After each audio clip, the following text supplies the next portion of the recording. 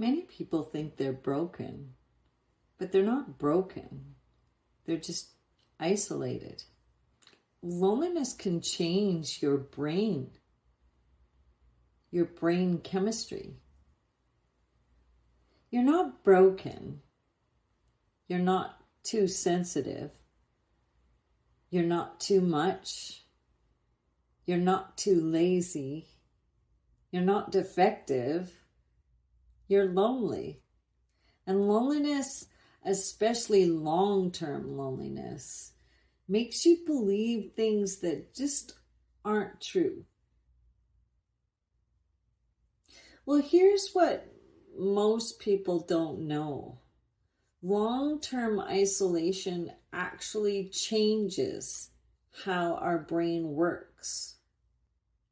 You start to feel anxious in social situations. You might overanalyze every conversation. You become hyper aware of rejection, even if it's not there. Your nervous system starts interpreting people as threats.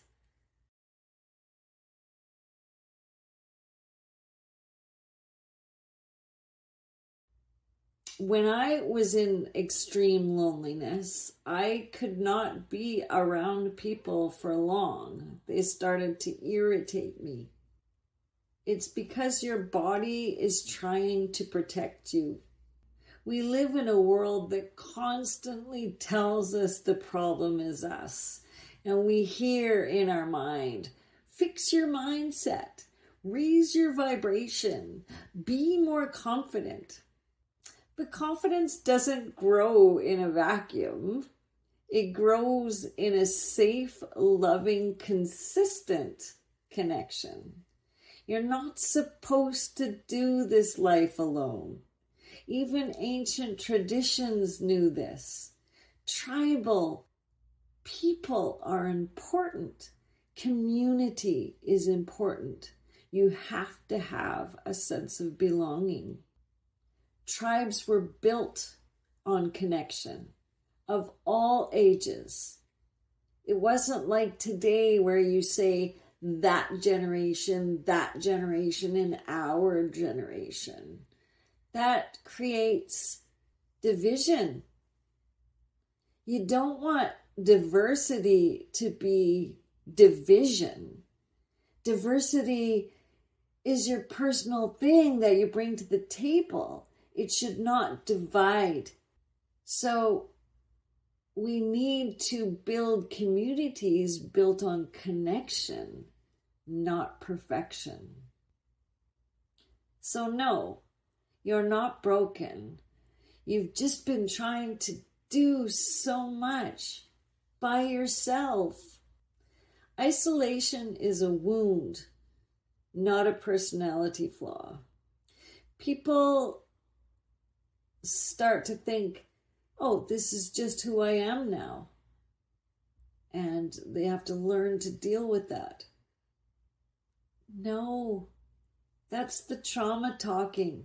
Coping behaviors that look like exhaustion, social avoidance, overgiving, hyperindependence, shutting down emotions, over emotions, feeling numb. These are survival strategies that you've adapted and you've coped. But coping isn't healing.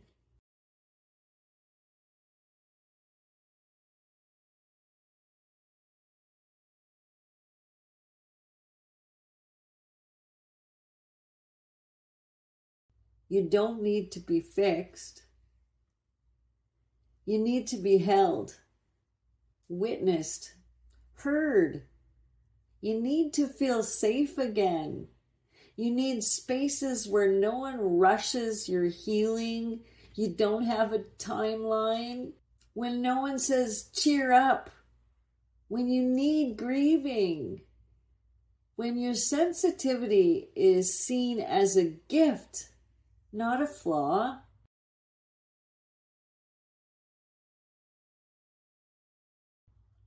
That's why I created this channel. That's why I created my coaching Listen mission. And that's why I started Communication Cauldron, which is a Zoom call every week for people to join. Because healing doesn't happen in isolation. It happens in relationship. Here's your gentle prompt for today. What stories have I been telling myself about being broken that might actually be stories about being lonely?